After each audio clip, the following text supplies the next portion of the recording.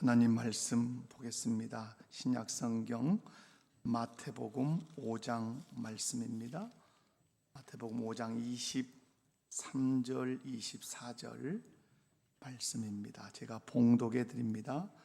그러므로 예물을 제단에 드리려다가 거기서 내 형제의 그 원망 들을 만한 일이 있는 것이 생각나거든 예물을 제단 앞에 두고 먼저 가서 형제와 화목하고 그 후에 와서 예물을 드리라. 아멘. 할렐루야.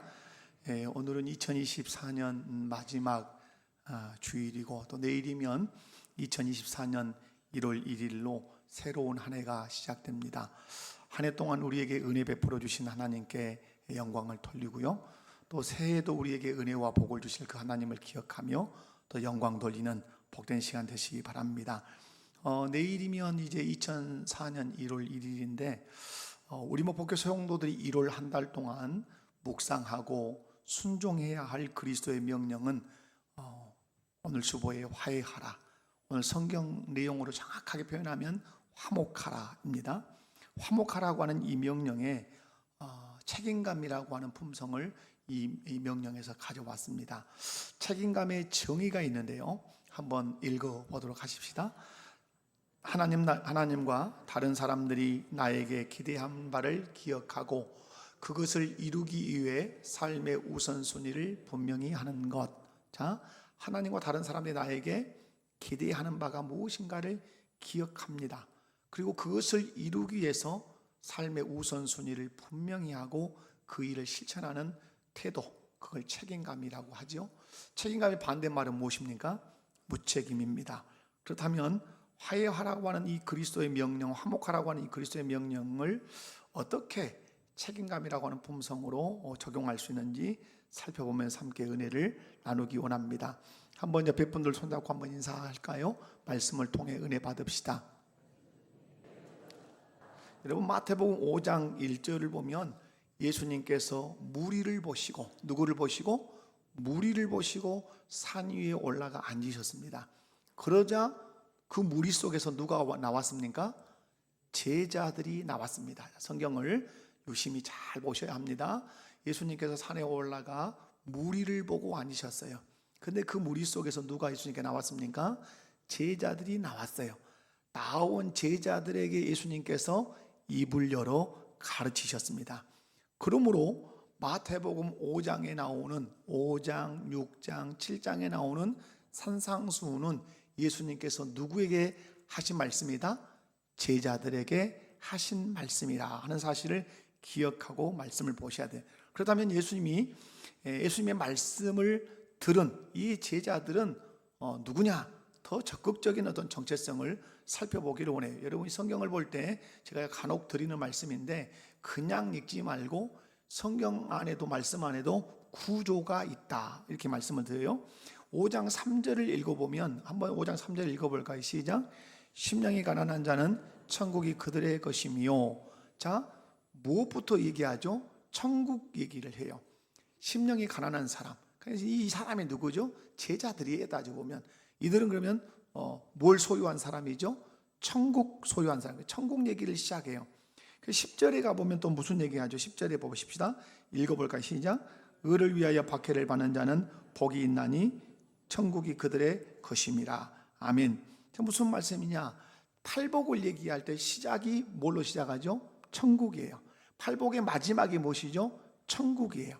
자, 그런데 여기서 멈추지 않고 마태복음 5장 3절 산상수훈 시작이 천국을 소유했다 말씀하는데, 산상수훈의 마지막이라고 하는 마태복음 7장 21절을 보면 이렇게 기록해요. 함께 마태복음 7장 21절 읽으면 시작.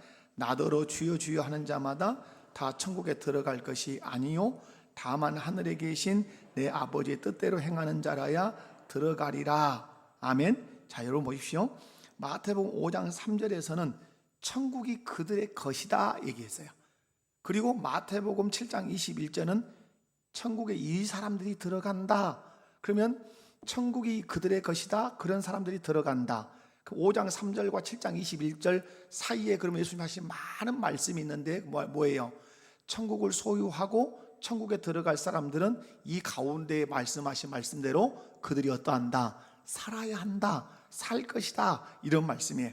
여러분, 예수님께 나와 예수님이 하신 말씀을 듣고 예수님의 말씀을 지키는 사람들은 천국을 소유한 사람들일 뿐만 아니라 또한 천국에 들어갈 사람답게 산다고 하는 사실을 아주 강조하고 있어요. 그래서 마태복음 5장, 6장, 7장 산상수훈은 천국 백성들이 이 땅에서 어떻게 살아야 할지를 우리에게 가르치시는 말씀이에요. 사랑하는 성도 여러분, 누가 예수님께 나와 예수님이 하신 말씀을 들을까요? 그건 아무나 하는 것이 아니라 천국을 자기의 것으로 소유한 사람만 예수님께 나와 예수님 말씀을 들어요. 여러분은 왜 예수님 앞에 나와서 예수님이 하신 말씀을 듣기를 기뻐하십니까? 그것은 다른 데 있지 않죠. 내가 천국을 소유한 사람, 천국을 유업으로 받은 사람이기 때문에 그래요. 분명한 사실은 천국을 소유한 사람들은 예수님께 나오기를 어떠한다? 즐거워하고 기뻐해요. 여러분이 오늘 예배당에 나올 때 도살장 가는 마음으로 오셨어요? 즐거운 마음으로 오셨어요? 어떤 마음으로 오셨어요? 나 도살장이다, 나 즐겁다. 즐거운 마음으로 오신 줄로 믿습니다. 왜 그러는가? 왜? 나는 예수님을 통해 주시는 그 천국을 소유했기 때문에 그래요. 예수님 앞에 나와서 여러분이 뭐 하시려고? 예수님이 하신 말씀을 들으려고. 또 들려주시오, 또 들려주시오. 그래서 내가 예수님의 말씀을 듣기 위해서 기쁨으로 이 자리에 나온 거죠.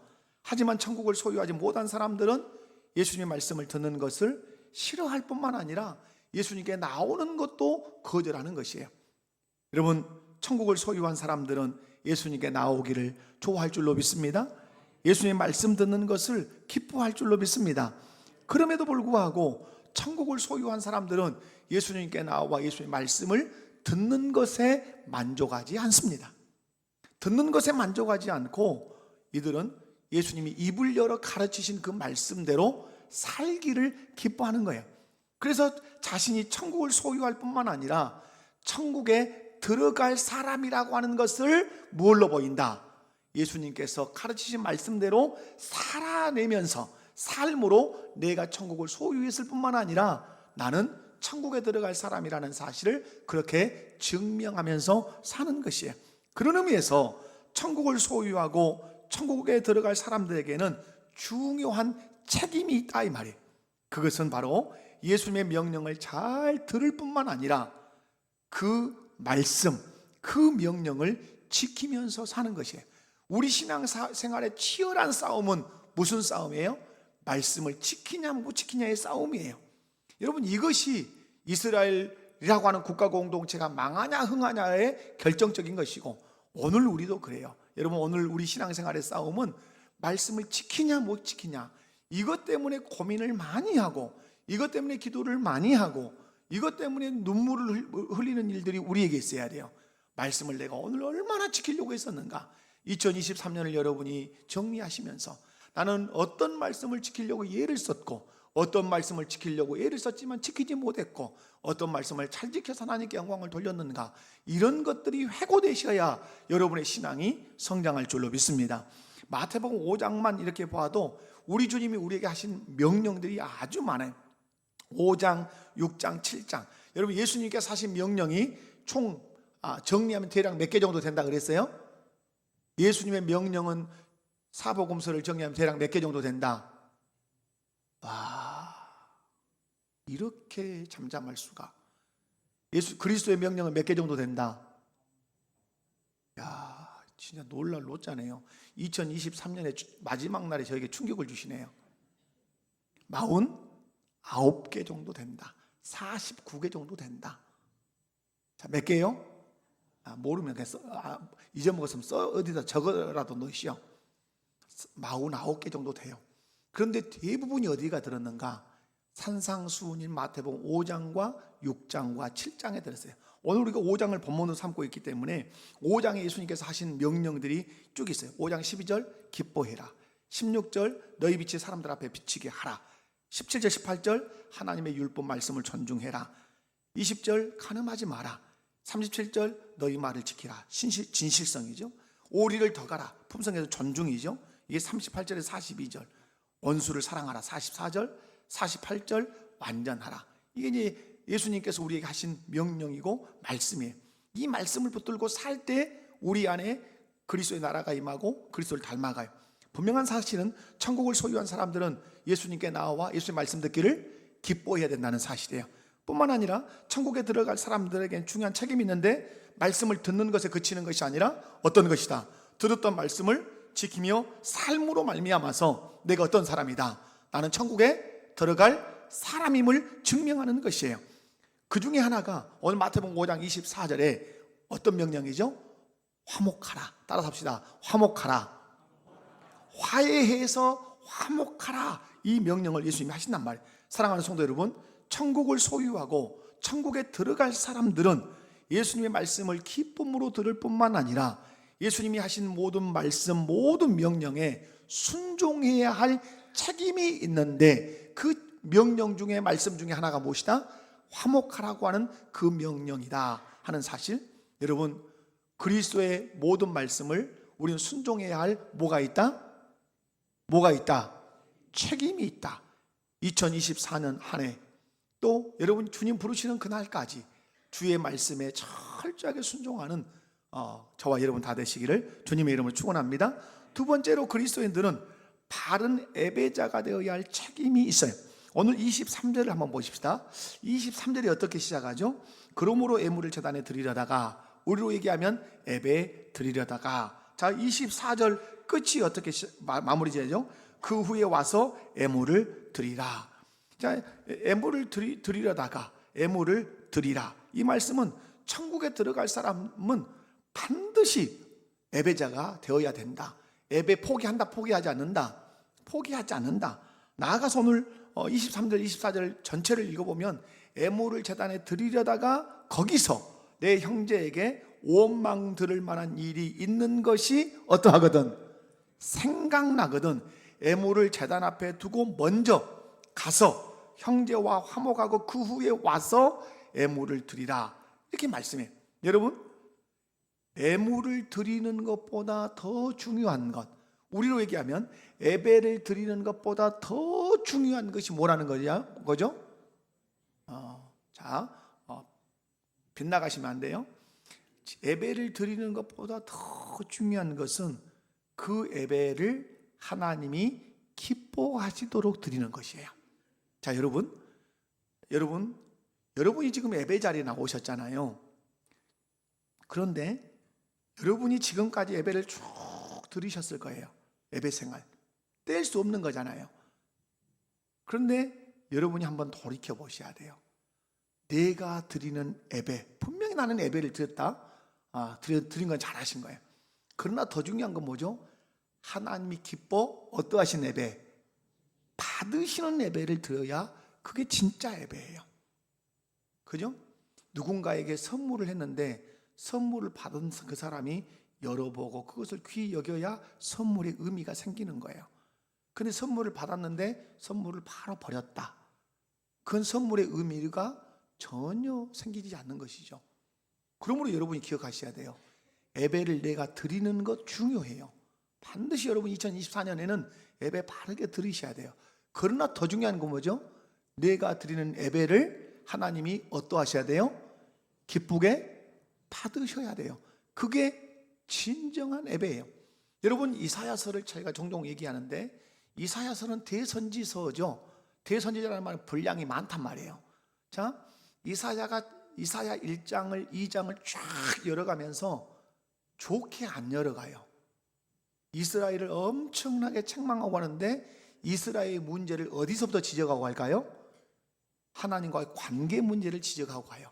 근데 그 하나님과 관계가 틀어졌다는 것을 무엇로 설명하죠? 제사 문제로, 우리로 얘기하면 예배 문제로 지적을 딱 해요. 어마어마하게 화려한 예배를 드려요. 우리로 얘기하면 풀 세팅된 관현악팀이 있는 거예요. 그죠? 그리고 화려한 조명과 그리고 화려한 의식을 다 갖춰서 누가 봐도 가슴이 울렁울렁 할 정도의 멋진 예배를 드리는 거예요. 그런데 하나님께서 말씀해요. 너희 예배는 내가 싫어한다. 너희가 드리는 그 예배 나 정말 쳐다보기도 싫다. 그들은 엄청나게 기름진 황소를 하나님 앞에 드렸어요. 성전에 인산인해를 이룬 사람들이 모여서 예배를 제사를 드렸어요. 근데 하나님이 말씀해요. 너희가 태워 바치는 그 황소의 기름 냄새 내가 지겹다, 지겨워. 그래서 내가 그게 하도 꼴보기 싫어서 내가 얼굴을 돌리고 등을 돌렸다. 왜 내가 너희의 예배를 받지 않은 줄 아느냐? 말씀하죠. 너희 손에 뭐가 가득하다? 피가 가득하다. 죄가 가득해. 죄는 가득한데 예배는 화려하게 드려요. 이스라엘 백성들 그 예배를 하나님 받으셨다고 스스로 착각하는 거예요. 그래서 이사야 선지자를 통해서 책망하시는 거예요. 나는 너희 예배를 받아본 적 없어. 이렇게 말씀하는 거예요. 많은 성도들이 하나님께 예배 드리죠. 그러나 자신이 드리는 예배가 하나님이 기뻐 받으시는 예배인지 아니면 거절하실 예배였는지를 고민하는 성도가 그리 많지 않습니다. 이것이 오늘 예배자의 슬픔이에요. 우리는 예배를 드리면 하나님이 받으신다고 생각을 해요. 그래서 성경은 모든 예배를 오늘 말씀하잖아요. 형제와 불화한 상태에서 드리는 예물 아무리 드려봐라 내가 받지 않는다. 그러므로 내가 받는 예배가 되게 하기 위해서 준비해야 할 사항이 이런 거다. 이렇게 말씀해요. 내가 예배를 1000번 드리는 것도 중요하고 10,000번 드리는 것도 중요하고 모든 공예배에 참석 안 드리는 거 말할 것 없는 사람이죠.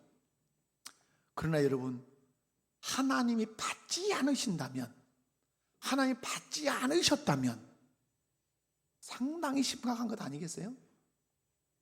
사랑하는 성도 여러분, 그렇다면 하나님이 기뻐 받으시는 예배를 드려야 할 그 책임이 누구에게 있냐 이 말이죠. 하나님이 받으실 준비를 못해서 예배를 못 받았다 그런 것입니까? 아니면 교회가 어떤 시설이나 어떤 예배의 순서나 이런 것들을 부적합하게 해서 우리가 예배를 드렸는데 하나님 못 받으셨다 그 책임이 교회에 있는 것입니까? 결코 아니죠. 아니면 목사가 예배 집례를 잘못해서 내가 드린 예배 하나님 거절하셨다 거기에 있습니까? 그것도 아니에요. 예배를 내가 드렸지만 하나님이 내 예배를 거절하시는 그 이유 그 문제는 누구에게 있는 거죠? 철저하게 나에게 있는 것이에요. 신앙은 하나님과 일대의 관계예요. 여러분이 우리 함께 모여서 찬송하지만 모두 올려드리는 공동체적 찬양도 있지만 그러나 출발은 어디서 출발하는 거죠? 하나님과 나와 1대1의 관계예요. 내가 드리는 찬양 하나님 받으실 수 있고 저 사람이 드리는 찬양 안 받으실 수 있고 그러는 거잖아요. 여러분이 이 시간 예배 드리는 이 예배가 하나님이 기뻐 받으셔야 여러분이 성공한 예배를 드리는 사람이에요. 아무리 여기에서 폼을 잡고 별일을 다 한다 해도 하나님이 네가 드린 예배는 나는 한 번도 받아본 적이 없다 그러면 너무너무 슬픈 거잖아요. 그러므로 여러분 하나님이 기뻐 받으신 예배를 드려야 될 책임이 누구에게 있다? 나에게 있어요. 그런데 그 누구보다 내가 드린 예배를 기쁨으로 받고 싶어 하시는 분이 계세요. 내가 드리는 예배가 나는 하나님 연락됐으면 좋겠습니다 이 간절함이 우리에게 있는 것처럼 내가 드리는 예배를 정말로 받고 싶어 하시는 분이 계세요. 그분이 누구세요? 하나님 자신이세요. 우리가 드리는 그 예배를 하나님 자신이 기쁨으로 받고 싶어 하세요.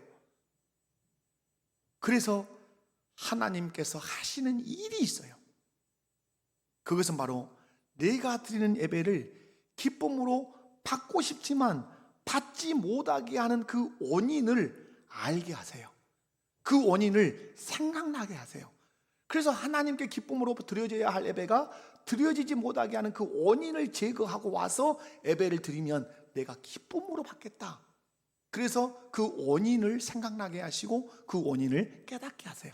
그것이 오늘 23절, 24절 말씀이에요. 한번 읽어봐. 23절, 24절 시작. 그러므로 예물을 제단에 드리려다가 거기서 내 형제에게 원망 들을 만한 일이 있는 것이 생각나거든 두고 가서 형제와 화목하고 그 후에 와서 예물을 드리라. 아멘. 자, 본문에 등장하는 사람은 예물을 준비해서 제단에 나왔어요. 얼마나 귀한 사람이에요? 예물을 준비해서 재단 앞에 나왔어요. 그런데 하나님의 입장에서 이렇게 보시는 거예요. 저 사람이 지금 저 백성이 나에게 예배를 드린다고 예물을 준비해서 왔구나. 그런데 하나님이 가만히 보니까 이 사람의 예배를 기뻐 받으실 수 없어요. 받고 싶지만 받으실 수 없어요. 그 이유는 그 사람의 삶에 하자가 있어요. 흠결이 있다 이 말이에요. 여러분, 구약에 하나님 앞에 제물을 바칠 때 양을 바치든 염소를 바치든 소를 바치든 반드시 거기에 뭐가 없어야 돼요? 흠이 없어야 돼요. 그런데 예물을 들고 왔는데 하나님 보실 때 이 사람의 삶에 흠결이 있고 하자가 있어요. 형제에게 원망 들을 만한 일이 있다 이 말이에요. 형제와 대판 싸워서 불화한 일이 하나님 보실 때 있어요. 자신은 별일이 아니라고 생각할 수 있었겠죠. 아니면 까맣게 잊고 살았을 수도 있겠죠.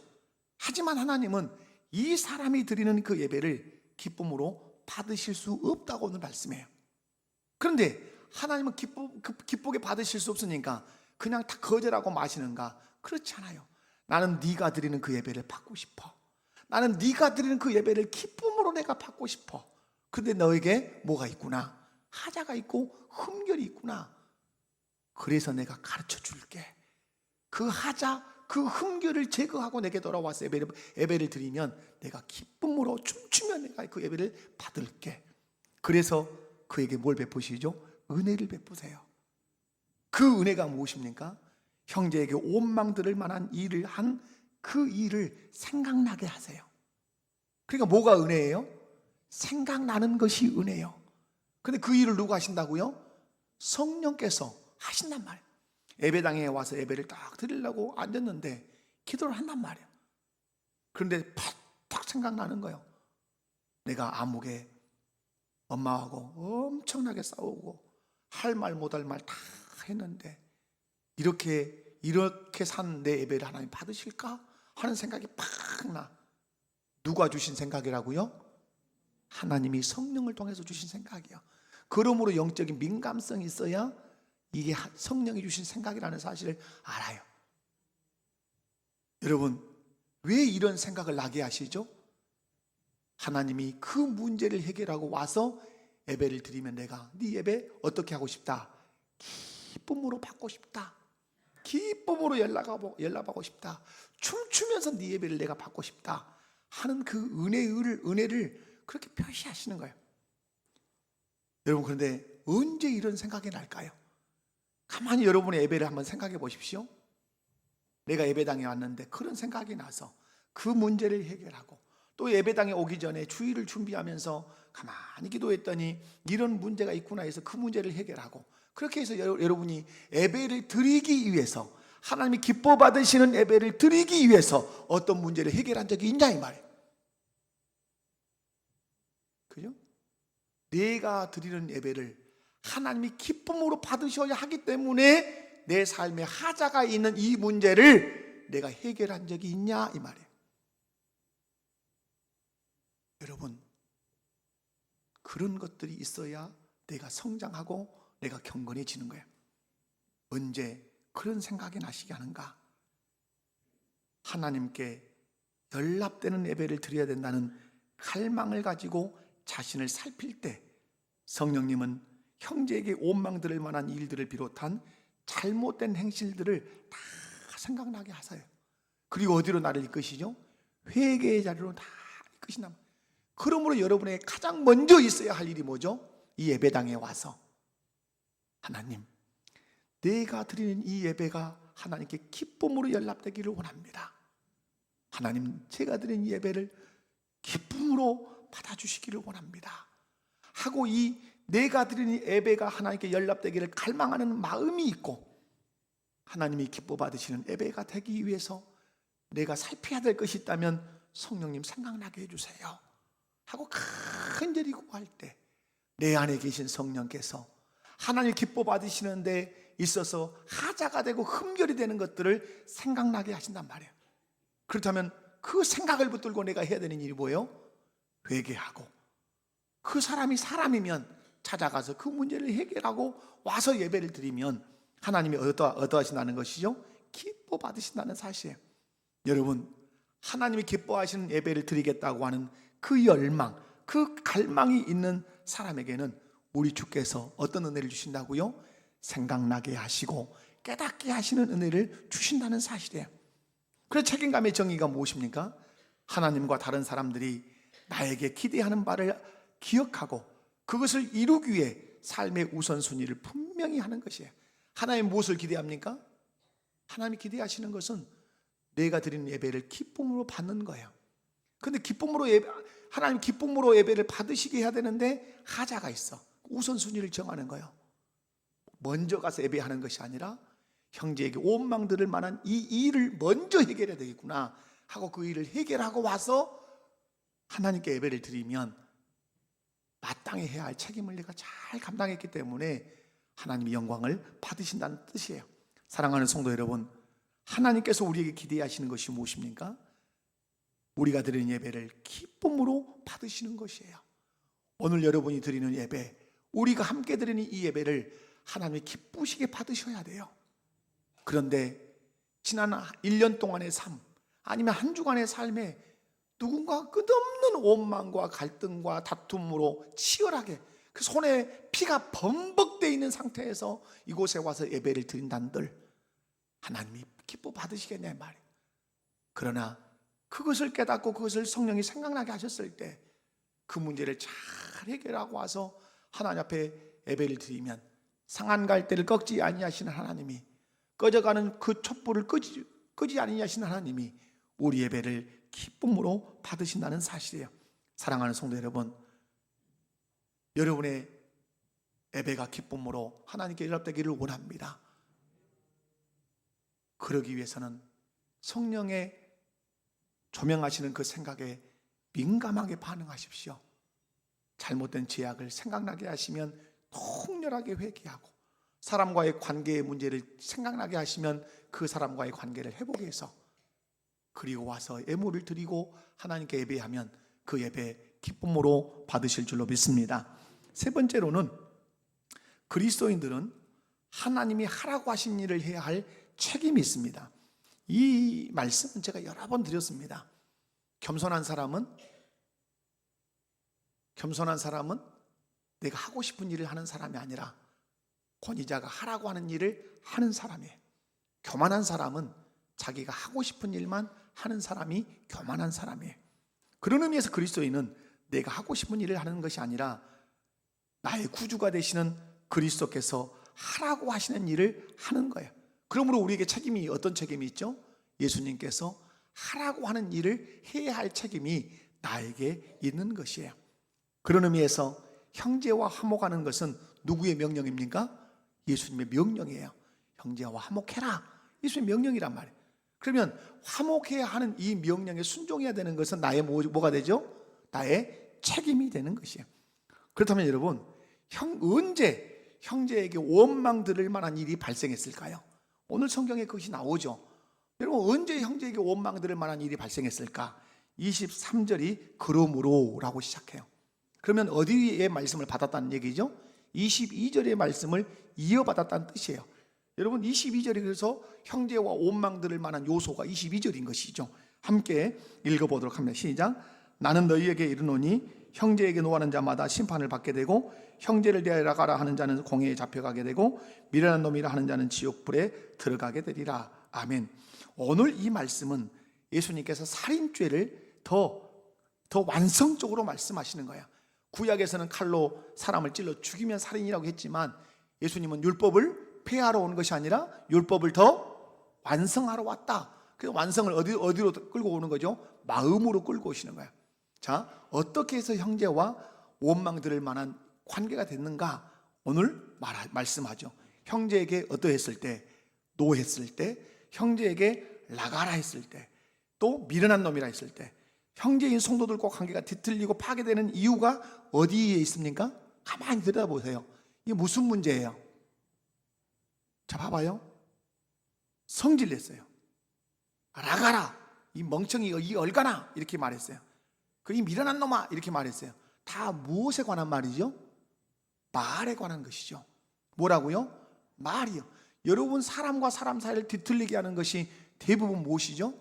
말이라는 사실 여기서 말해요.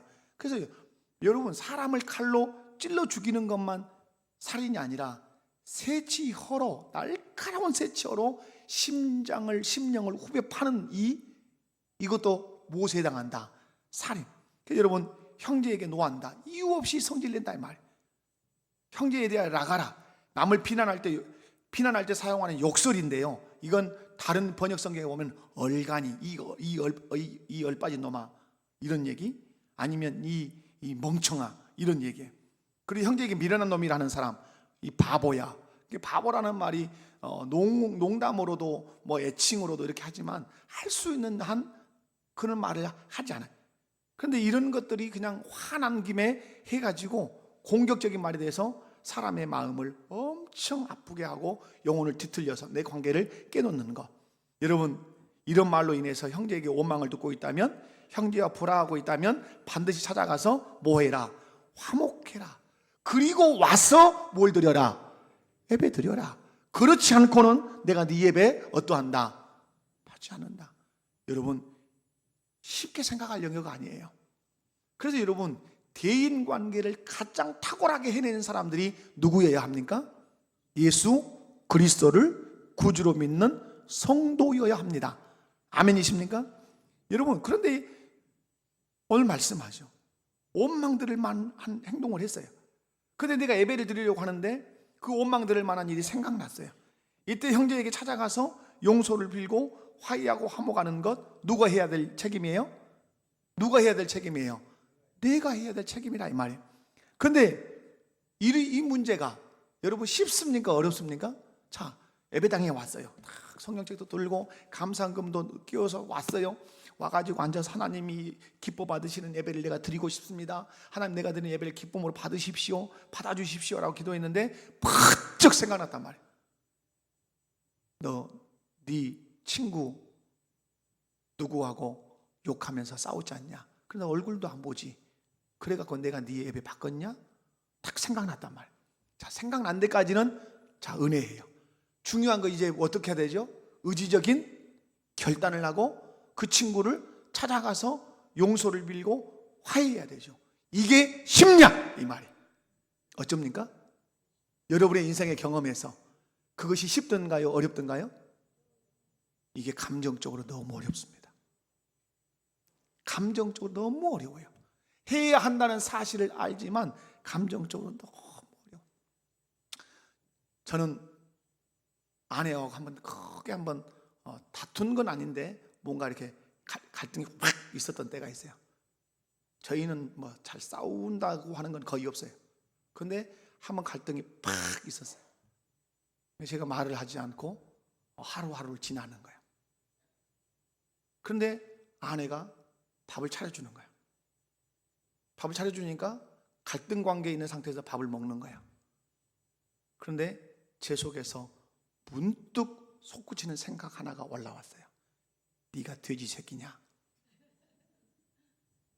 진짜예요. 제 인생을 흔들어 놓았던 말이에요. 네가 돼지 새끼냐? 아내의 마음은 상하게 해놓고 차려주는 밥을 먹는 돼지 새끼냐? 그날 이후로 저는 아내에게 어떤 실수를 하고 잘못을 하면 반드시 사과를 하고 용서를 구하고 그러려고 애를 씁니다. 왜? 나는 돼지 새끼가 아니고 나는 하나님의 사람이고 사랑하는 아내의 남편이기 때문에 그렇습니다. 여러분은 부부관계를 어떻게 해결하십니까? 부부간에 다투면 차려준 밥만 먹는 그런 사람 아니십니까? 왜 밥을 먹습니까? 안 먹어야지. 죽을 때까지 안 먹어야지. 그죠?